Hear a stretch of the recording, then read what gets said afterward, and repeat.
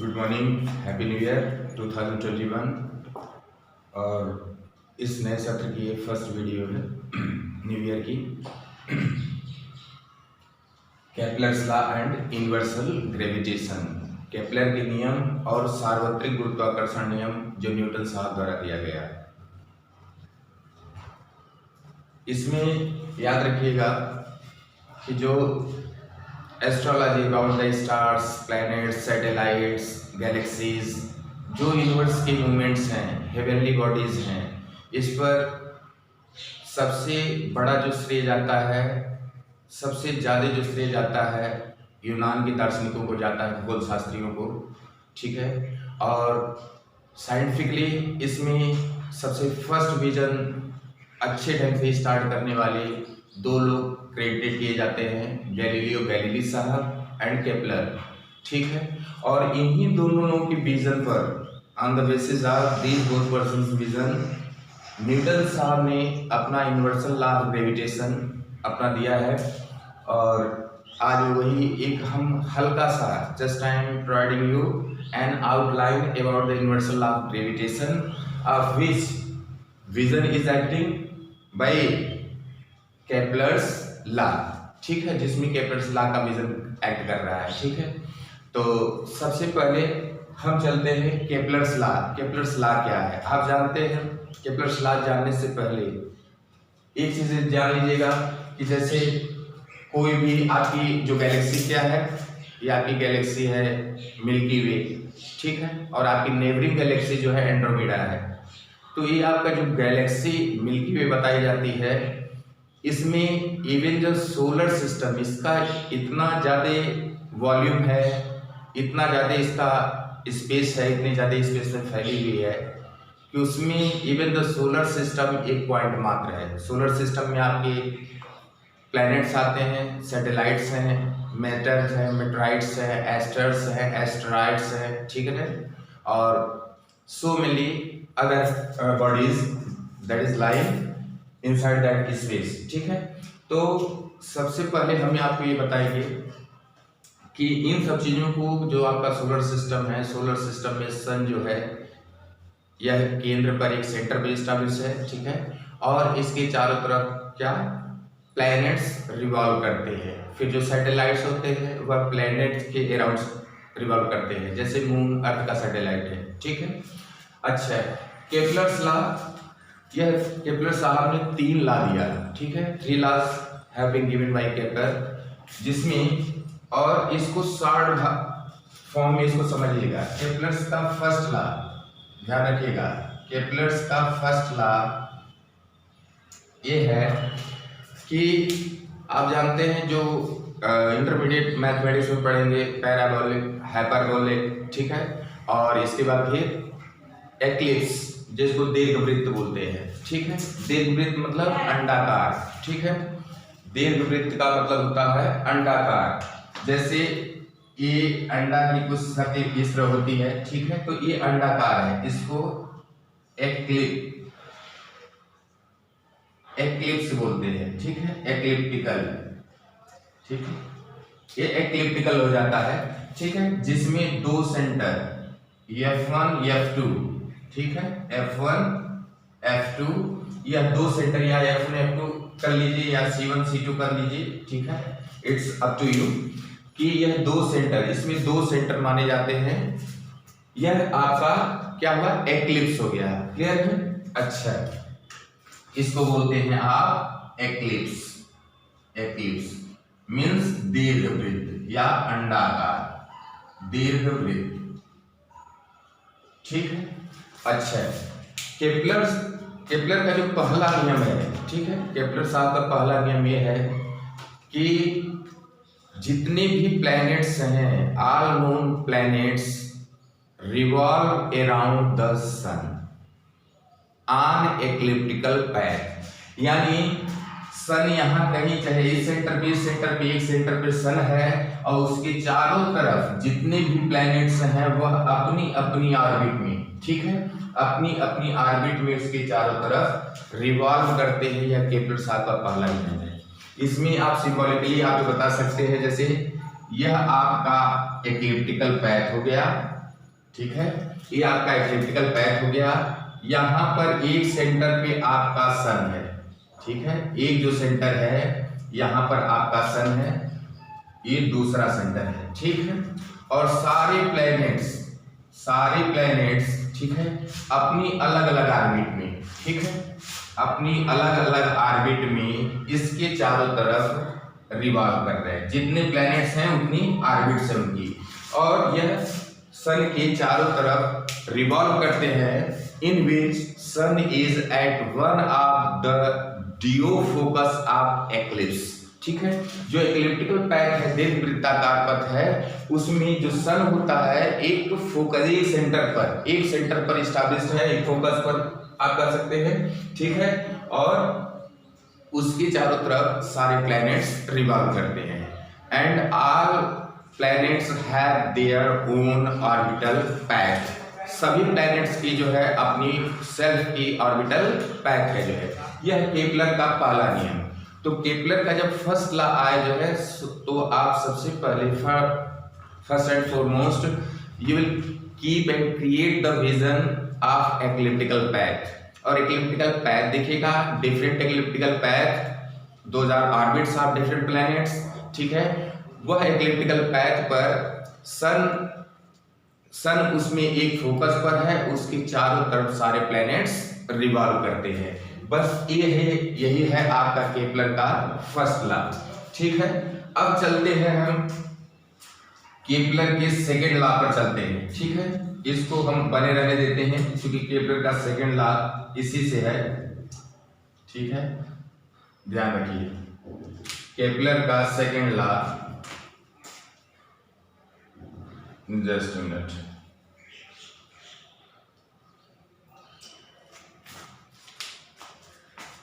Sorry,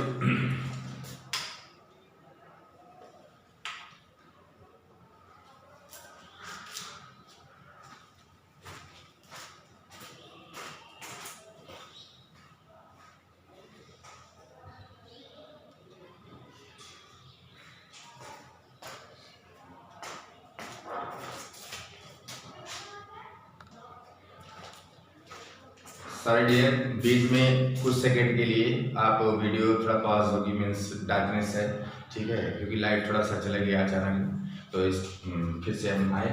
कमान Kepler का second law सिर्फ एक मैथमेटिकली आप समझिएगा कि इसमें del A upon del T is equal to constant. अगर एग्जामिनर के सामने यह इतना भी आप कर देंगे तो भी समझ लीजिए यहाँ पर डेल का मतलब है डेल ए, ठीक है, यह एरिया का है।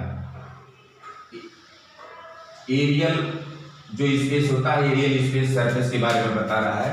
तो del A upon del T is equal to constant, इसलिए केपलर का सेकेंड लॉ, ठीक है। This is your Kepler's second law. और ध्यान रखिएगा, सबसे पहले मान लीजिए हम एक प्लैनेट लेते हैं, वह प्लैनेट ए से बी तक जाता है। अब भाई उसके एक्लिप्स जो है, एक्लिप्स में सन जो है वह एक फोकस पर है, सॉरी यस, सन जो है वह एक्लिप्स के एक फोकस पर है। मान लीजिए उस फोकस को आप ओ सेव करते हैं, ठीक है। तो यहां पर ध्यान रखिएगा कि मान लीजिए कोई प्लैनेट है, वह टी टाइम में, ठीक है, टी टाइम में मीन्स टी सेकेंड्स या टी आवर्स में, टी टाइम में वह ए से बी तक जाता है। एक कंडीशन हम आपके सामने ये रख रहे हैं, ठीक है, टी टाइम में ए से बी तक जाता है। यह यहां पर आप कर लीजिए ये टी टाइम, ठीक। और यहां पर भी यही इतने टाइम लगा, सी से डी चलने में इसको टी टाइम लग रहा है, ठीक है, ध्यान रखिएगा। तो ये मतलब है कि दूसरी कंडीशन में भी टी टाइम में वह सी से डी तक जाता है।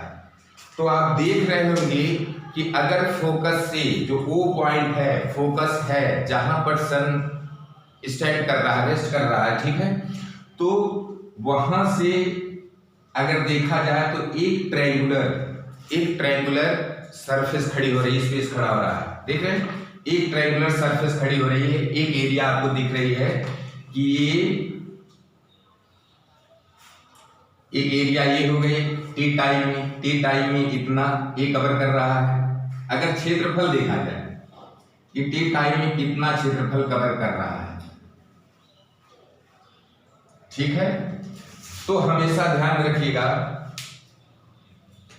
कि उस समय एरिया ऑफ, ठीक है, एरिया ऑफ जो ट्रायंगुलर OAB मिल रहा है, ठीक है, area of triangular OAB upon time is equal to area of triangular surface या ट्रायंगल ही एक तरह से OCD, ठीक है, अपॉन T।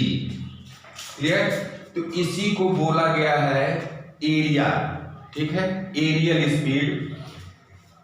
ये जो आपकी है एरियल स्पीड हमेशा कांस्टेंट रहती है, यानी टी टाइम में अगर कोई प्लेनेट ए से बी तक जाता है तो जो क्षेत्रफल, जो एरिया स्वैप करता है सेंटर से, वह एरिया बराबर होगी किसके, कि जो वह उतनी ही टाइम में सी से डी तक चलने में OCD यह एरिया बना रहा है, क्षेत्रफल बना रहा है, ठीक है। तो दोनों क्षेत्रफल क्या होंगे, बराबर होंगे। बस इतना सा इसमें ये बोला जा रहा है कि अगर कोई भी प्लेनेट, ठीक है, अगर दो अवस्थाओं में, ठीक है, दो अवस्थाओं का चाहे इनफाइनाइट अवस्थाओं का देख लिया जाए, टी टाइम में एक डेफिनेट टाइम में वह डेफिनेट एरिया स्वैप करता है, जैसे वह टी टाइम में OAB का एरिया स्वैप किया और टी टाइम में ही OCD एरिया स्वैप किया, तो ये दोनों एरिया बराबर होंगी। और जब दोनों एरिया बराबर होंगी तो एरिया अपॉन टाइम वह भी क्या होगा, बराबर होगा। यानी टी टाइम में किसी भी प्लेनेट द्वारा तय किया गया एरियल स्पीड हमेशा कांस्टेंट होती है। बस इतना है केपलर साहब का सेकंड लॉ। अब हम बताते हैं केपलर साहब का थर्ड लॉ। अब चलते हैं केपलर के थर्ड लॉ पर। केपलर का थर्ड लॉ बस इतने से मतलब है। टी क्या है, टाइम पीरियड, ठीक है, जहां तक के बारे में जान लीजिए, टी है टाइम पीरियड। टाइम पीरियड किसका, अपने ऑर्बिट में एक चक्कर पूरा करने में प्लैनेट जितना भी टाइम लेता है वह उसका टाइम पीरियड हो गया।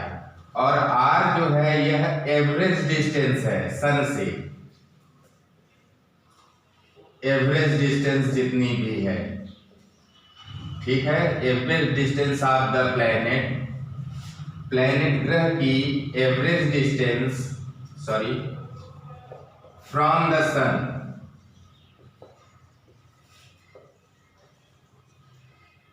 From the sun. देखिए यहां पर ध्यान रखिएगा कि मान लीजिए प्लैनेट है, यह प्लैनेट यहां अपने एक जगह इसका ले लीजिए, फिर यहां से एक चक्कर सन का लगाने में, एक बार रिवॉल्व करने में जितना टाइम लेता है वह उसका हो जाता है टाइम पीरियड। ये हो जाता है आपका कैपिटल टी।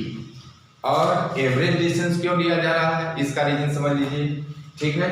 देखिए अगर मान लीजिए प्लैनेट यहाँ पर है तो उसकी दूरी एक यहाँ पर लीजिए R1 हो गई, ठीक। प्लैनेट यहाँ पर आ गया, उसकी दूरी यहाँ पर R2 हो गई। मान लीजिए अब यहाँ पर प्लैनेट आ गया, ठीक है। फिर अब यहाँ पर प्लैनेट आ गया, अब ये दूरी जो है R3 हो गई, ठीक है। फिर यहाँ प्लैनेट चला जा रहा है, देखिए यहाँ प्लैनेट पहुंच गया, अब उसकी दूरी R4 हो गई। अब मैक्सिमम सबसे ज्यादा दूरी पर चल जा रहा है R5। इसी तरह अनंत दूरियां, ठीक है, सन से अनंत तरह के मतलब डिस्टेंस पर जो है प्लैनेट अपनी ऑर्बिट पर हो सकता है, ठीक है। लेकिन एक कहीं ज्यादा है तो कहीं कम है, ठीक है। तो एक एवरेज डिस्टेंस रियल में ज्यादा और कम, यानी आप एक तरह से कह सकते हैं कि r is equal to r1 plus r2 plus r3 plus r4 plus r5, ठीक है, अपान 5, ठीक। यह n तक ले जा सकते हैं, ठीक है। इसको आप एक मिनट, सॉरी इसमें मिसअप हो गया।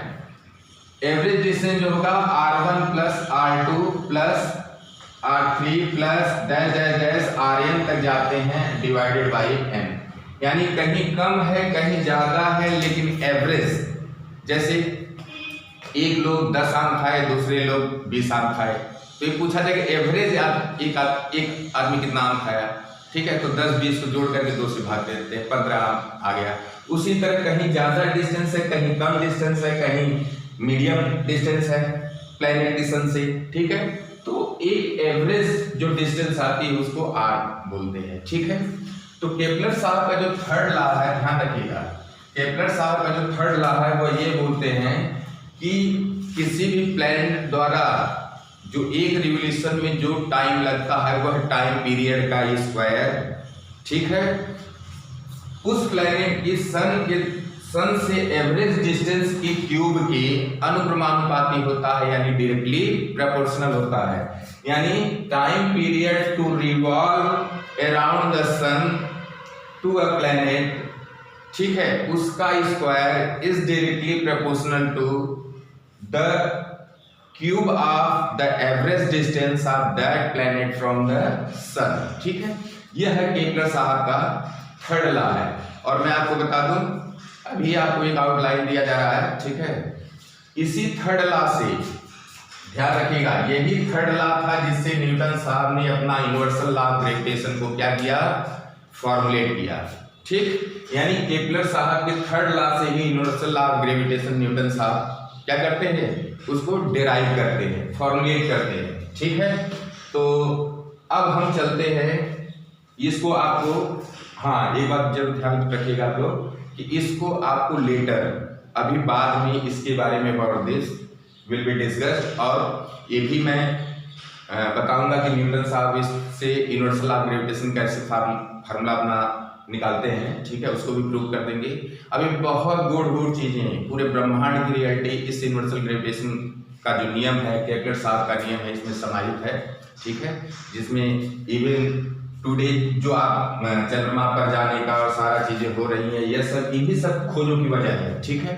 तो अब हम चलते हैं universal law of gravitation, Newton साहब की यूनिवर्सल लॉ ऑफ ग्रेविटेशन पर। अब आते हैं न्यूटन साहब के यूनिवर्सल लॉ ऑफ ग्रेविटेशन यानी सार्वत्रिक गुरुत्वाकर्षण नियम पर, जिसमें ये ध्यान रखिएगा, 2 प्लैनेट मान लीजिए हैं या फिर कोई भी 2 बॉडी है। न्यूटन साहब ये डिफाइन करते हैं कि any 2 object of this universe, इस ब्रह्मांड के कोई भी 2 ऑब्जेक्ट, चाहे प्लैनेट्स, 2 प्लैनेट ले लीजिए, 2 सैटेलाइट ले लीजिए, प्लैनेट सैटेलाइट ले लीजिए, ठीक है, कोई कार और हमको ले लीजिए, 2 चेयर को ले लीजिए, कोई भी ऑब्जेक्ट को, ठीक है, कोई भी 2 ऑब्जेक्ट को बोलते हैं कि इस यूनिवर्स में किसी भी 2 ऑब्जेक्ट को ले लीजिए, ठीक है, तो उनके बीच में एक अट्रैक्शन फोर्स कार्य करता है, a type of attraction force काम करता है, जो कि नेचुरल फिनोमिना है यूनिवर्स की, ठीक है, इस पर आदमी का बस नहीं है, यह नेचुरल फिनोमिना है कि इस ब्रह्मांड के किन्हीं भी 2 ऑब्जेक्ट, मान लीजिए एक ऑब्जेक्ट ए है, दूसरा ऑब्जेक्ट बी है, ठीक है, तो जिसका मास m1 है, बी का मास m2 है, ठीक है, उन दोनों के बीच की जो डिस्टेंस है r है, ठीक है, तो उनके बीच में एक अट्रैक्शन फोर्स कार्य करता है, और वह attraction force, this attraction force is directly proportional to the product of their masses, ठीक है, यानी दोनों के मास के प्रोडक्ट के अनुक्रमानुपाती होता है। यह उन्होंने पहला अपना विजन दिया, ठीक है, कमाल। और यही फोर्स दूसरी वह अपना ड्रैग करते हैं कि दोनों के बीच की जो डिस्टेंस है उसके इनवर्स के अनुक्रमानुपाती होता है, यानी दोनों के बीच की डिस्टेंस के स्क्वायर के इनवर्सली प्रोपोर्शनल होता है, ठीक है, या इसके इनवर्स के डायरेक्टली प्रोपोर्शनल बोलिए या इसके स्क्वायर का इनवर्सली प्रोपोर्शनल बोलिए, बात सेम है, ठीक है। तमाम ये आपका हो गया, सॉरी जनरेटर थोड़ा सा स्टार्ट हो गया है, ठीक है। तो दोनों के प्रोडक्ट मास इसके प्रोडक्ट के अनुक्रमानुपाती है और दोनों के बीच की जो डिस्टेंस है उसकी स्क्वायर का क्या है, इनवर्सली प्रोपोर्शनल व्युत्क्रमानुपाती है, ठीक है। यहाँ पर अनुक्रमानुपाती, यहाँ व्युत्क्रमानुपाती, ठीक है। और एडिंग बोथ आप याद आते हैं, F is directly proportional to m1 m2 upon r square, ठीक है। तो उससे जो कंक्लूजन न्यूटन साहब का निकलता है यह निकलता है। और बाकी जो फिजिक्स के उससे आप चलते हैं, फिर इज इक्वल टू जब करते हैं तो यहाँ पर एक कांस्टेंट आता है और m1 m2 upon r square, sorry r square, यह है न्यूटन साहब का यूनिवर्सल लॉ ऑफ ग्रेविटेशन, ठीक है। यह न्यूटन साहब का क्या है, यूनिवर्सल लॉ ऑफ ग्रेविटेशन, ध्यान में रखिएगा। अब हम इसको मिटा रहे हैं, उन्हीं केपलर साहब के नियमों के से न्यूटन साहब ये चीज निकालते हैं, केपलर के जो भी नियम थे, गैलीलियो साहब का जो विजन था, उन्हीं से न्यूटन साहब ने डिराइव किया। तो उनका यह यूनिवर्सल लॉ ऑफ ग्रेविटेशन का क्या है, जनरल फार्मूला, यूनिवर्सल फार्मूला है, ठीक है। कमान जहां पर यदि ये ले लिया जाए, जहां पर जी क्या है, प्रोपोर्शनैलिटी कांस्टेंट बोलते हैं, क्या बोलते हैं इसको, प्रोपोर्शनैलिटी कांस्टेंट होता है, ठीक है। प्रोपोर्शनैलिटी कांस्टेंट है यानी क्या है, यह समानुपातिक नियतांक बोलते हैं, हिंदी मीडियम में बच्चे पढ़ते हैं।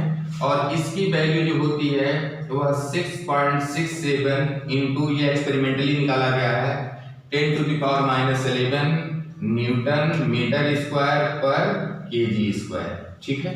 इसकी एक वैल्यू, यह क्या है, कांस्टेंट है, किसके लिए, किन्हीं भी दो ऑब्जेक्ट के अट्रैक्शन फोर्स के लिए जो है यह बिल्कुल कांस्टेंट है।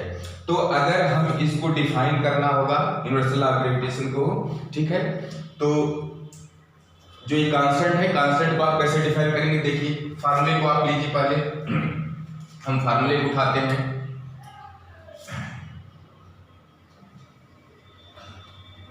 सॉरी टाइम लग रहा थोड़ा आपको, देख रही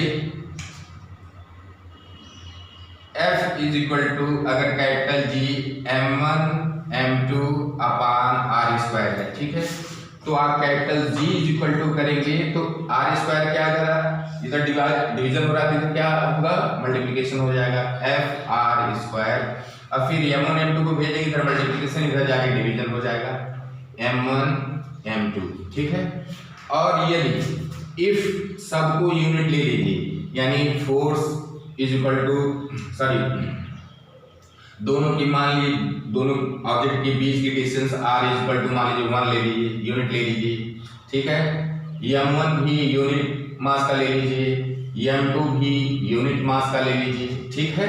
तो g इज इक्वल टू क्या हो जाएगा, ये 1 है, 1 का स्क्वायर 1 ही हो जाएगा, 1 इंटू 1 1 ही आ जाएगा, यानी g is equal to capital F। और g की वैल्यू जो एक्सपेरिमेंटली निकाली गई है यह 6.67 इंटू 10⁻⁻11, ठीक है, 11। और देख लीजिए कि इसकी जो यूनिट आती है, इसकी यूनिट जो बताई जाती है न्यूटन मीटर स्क्वायर पर केजी स्क्वायर। तो यहाँ पर देखिए फोर्स r स्क्वायर है तो फोर्स की यूनिट न्यूटन है, यहाँ पर डिस्टेंस है, r डिस्टेंस है, डिस्टेंस की यूनिट मीटर होती है, तो मीटर इंटू मीटर, मीटर का स्क्वायर, तो न्यूटन मीटर स्क्वायर, और अपॉन केजी इंटू केजी, तो केजी स्क्वायर आ गया है।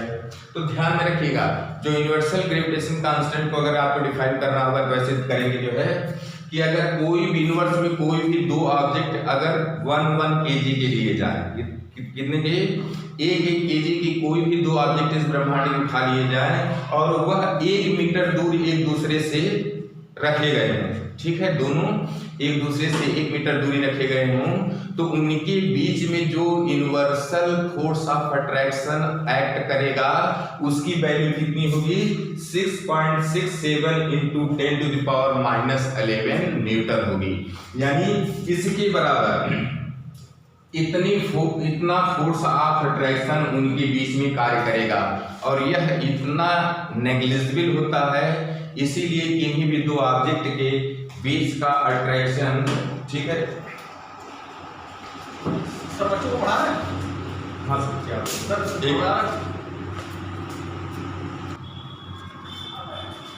फिर समझिएगा, यूनिवर्सल ग्रेविटेशन कांस्टेंट की value 6.67 into 10⁻⁻11 newton metre square पर केजी स्क्वायर, यह एक्सपेरिमेंटली प्रूव्ड है, इसमें कोई इफ बट नहीं। और अगर इसको आपको डिफाइन करना होगा कायदे से और बहुत व्यवहारिक प्रैक्टिकली एंड प्रैग्मेटिकली जो है, अगर आपको इसको डिफाइन करना होगा तो कैसे डिफाइन करेंगे?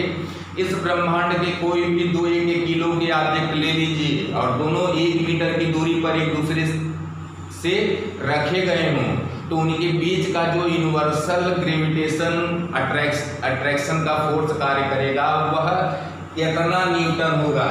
आप देख रहे हैं, इफ r = 1, m1 = 1, m2 = 1, तो यूनिवर्सल ग्रेविटेशन कांस्टेंट की वैल्यू फोर्स के बराबर हो गई है, और यूनिवर्सल ग्रेविटेशन कांस्टेंट की न्यूमेरिकल वैल्यू कितनी होती है? वह 6.67 इंटू 10⁻11, क्योंकि फोर्स है तो इतना न्यूटन कर देंगे, तो यह इसके बराबर हुआ, यह इसको आप डिफाइन कर देंगे।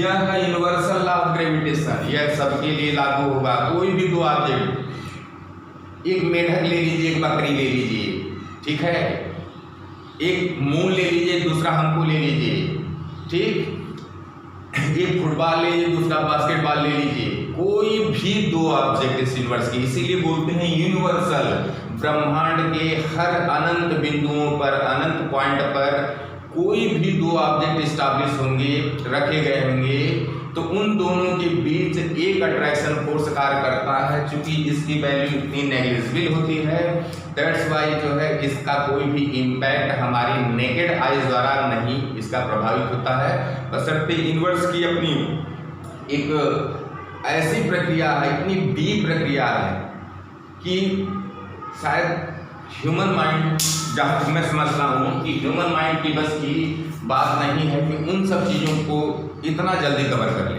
ठीक है।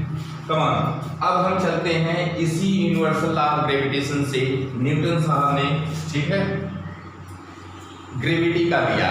जब इसी में से ध्यान रखिएगा, यूनिवर्सल लॉ ऑफ ग्रेविटेशन में अगर एक ऑब्जेक्ट अर्थ हो जाए, बाकी दूसरा ऑब्जेक्ट कोई भी रहे, एक ऑब्जेक्ट m1 या m2 में से कोई एक ऑब्जेक्ट अर्थ हो जाए और दूसरा ऑब्जेक्ट कुछ भी हो, कोई भी ऑब्जेक्ट हो सकता है, वह अर्थ के सरफेस का कोई ऑब्जेक्ट हो सकता है, अर्थ के सरफेस से बाहर का कोई ऑब्जेक्ट हो सकता है, और अर्थ के सरफेस अर्थ के सरफेस से इनफाइनाइट डिस्टेंस पर भी कोई ऑब्जेक्ट होता है, कुछ भी हो सकता है, ठीक है। कमान अब हम देखते हैं इसमें,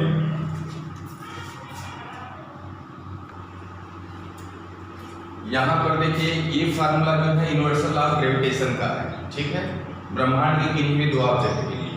लेकिन अगर उसमें से एक ऑब्जेक्ट आप अर्थ को ले लेते हैं, पृथ्वी को ले लेते हैं, दूसरा ऑब्जेक्ट कोई भी हो, पूरे ब्रह्मांड में कोई भी ऑब्जेक्ट हो, ठीक, उससे मतलब नहीं, चाहे सरफेस से हो, चाहे सरफेस से दूर हो, चाहे सरफेस के अनंत पर हो, उससे मतलब नहीं, बस कोई भी ऑब्जेक्ट अगर हो जाए, तो यही पर जो फोर्स, ग्रेविटेशन फोर्स होगा वह इक्वल टू हो जाएगा आपका कैपिटल जी, यहाँ मास ऑफ द अर्थ हो जाएगा, क्योंकि एक ऑब्जेक्ट अर्थ ले लिया गया है, दूसरा कोई भी ऑब्जेक्ट है, इसलिए उसको एक सिंबॉलिक m के रूप में लिखा जा रहा है।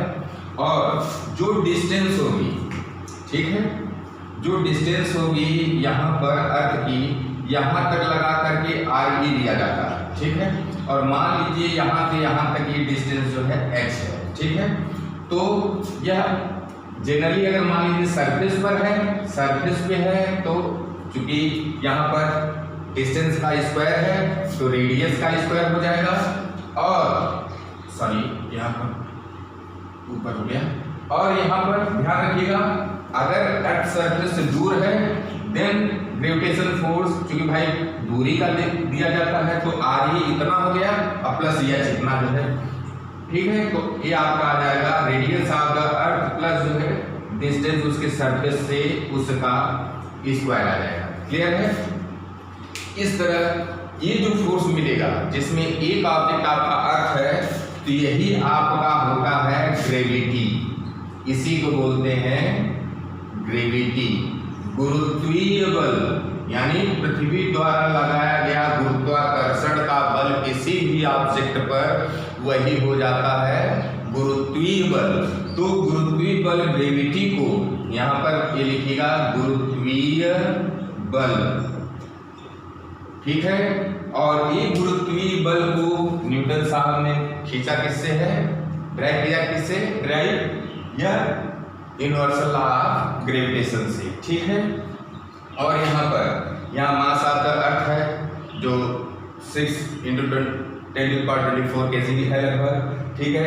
रेडियस भी 6.4 × 10⁻6 है इसका इतना मीटर, ठीक है। तो इसको अगर आप एक मिनट थोड़ा अब याद रखिएगा, ये जो गुरुत्वीय बल है, गुरुत्वीय बल किसके रूप में देखा जा सकता है, किसी भी ऑब्जेक्ट के वेट के रूप में। और ध्यान रखिएगा h जब बहुत ज्यादा हो, यानी अर्थ की सरफेस से ऑब्जेक्ट बहुत ज्यादा जब दूरी पर हो तो एच की वैल्यू लिया जाता है। अर्थ की सरफेस पर हो या कुछ दूरी तक हो तो उसको सरफेस पर ही माना जाता है, क्योंकि इनफाइनाइट अनंत दूरियां जो ब्रह्मांड की हैं, ठीक है, उसके मुकाबले उस डिस्टेंस का कोई नेग्लिजिबल होती है। इसलिए अर्थ के सरफेस या थोड़ा दूरी पर भी हो तो वहां पर उसको रेडियस ऑफ द अर्थ से ही उसके बीच की डिस्टेंस ली जाती है ऑब्जेक्ट की अर्थ से, ध्यान रखिएगा। और जो गुरुत्वीय बल होता है वह ऑब्जेक्ट के वेट के रूप में देखा जा सकता है, यानी वेट जो होगा गुरुत्वीय बल के बराबर, ठीक। अब वेट इक्वल टू आप निकालते हैं m × acceleration due to gravity, यानी गुरुत्वीय त्वरण को निकालते हैं। और यहाँ पर f इक्वल टू है capital G mass of the अर्थ, ठीक है, इनटू मास, ठीक है, अपॉन re²। ध्यान रखिएगा दोनों तरफ मास को कैंसिल कर दीजिए तो एक्सीलरेशन ड्यू टू ग्रेविटी, यह इसकी वैल्यू जो हो जाएगी me capital G me upon re², जिसमें आप ध्यान रखिएगा, आप लोग एक होमवर्क में रख लीजिएगा, एक अपने से होमवर्क करिएगा कि स्मॉल g ये जो वैल्यू निकाली जाती है 9.8 r समतुल्य जो है यह 10 के बराबर मीटर पर सेकेंड स्क्वायर निकाली जाती है। यह यहीं से आया है कि जिसमें आप कैपिटल G की वैल्यू ध्यान रखिएगा, जो G small g equal to आपका capital G mass of the earth upon radius of the earth का स्क्वायर आया है, जिसमें G की वैल्यू कैपिटल G की वैल्यू 6.67 × 10⁻11 है और मास ऑफ द अर्थ लगभग 6.0 × 10⁻24 kg है, ठीक है। और जो रेडियस ऑफ द अर्थ है, radius of the earth is equal to 6.4 × 10⁻6 metre है, ठीक है। तो ये आया है capital G mass of the earth और रेडियस ऑफ द अर्थ, इसको इस फार्मूले में कैलकुलेट करेंगे तो आपको एक्सीलरेशन ड्यू टू ग्रेविटी की वैल्यू यही आएगी, ठीक है। तो यहाँ तक न्यूटन साहब ने अपना gravitation law, universal law of gravitation और ग्रेविटी के बारे में बताया, और यहीं से आपका इस एक्सीलरेशन ड्यू टू ग्रेविटी यानी स्मॉल g की वैल्यू डेराइव की गई है, ठीक है। तो आज तक के लिए मैं इतना ही कहूँगा, और प्लीज़ आप लोग वीडियो पूरी देखा करिए, ठीक है। और जब यह आप लोग स्टडी के लिए, विजन के लिए अगर आप तैयारी कर रहे हैं तो अच्छे ढंग से हर चीज़ को समझिए, ठीक है। जहाँ पर किसी तरह की कोई प्रॉब्लम होती है आप तुरंत थ्रू मैसेज आप इन्फॉर्म करिए, और आप लोगों का भी मैथ्स का भी साइंस देने का प्रयास कर रहे हैं, ठीक है। और ज़्यादा से ज़्यादा प्लीज़ अगर यहाँ की टीचिंग एकेडमी की टीचिंग और कंटेंट्स अगर आपको बेटर लगता है तो प्लीज़ लाइक सब्सक्राइब करिए, उसको मैक्सिमम शेयर करिए, ज़्यादा से ज़्यादा लोग तक पहुँचाइए। ठीक है, अभी हमारा बेसिक लेवल चल रहा है। ठीक है, हम हर ढंग से from bottom to the top level जो है हम हर धरातल पर जो है आपके लिए मेहनत करेंगे और सेवा करने के लिए तैयार पर है। ठीक है, it's okay, thank you very much.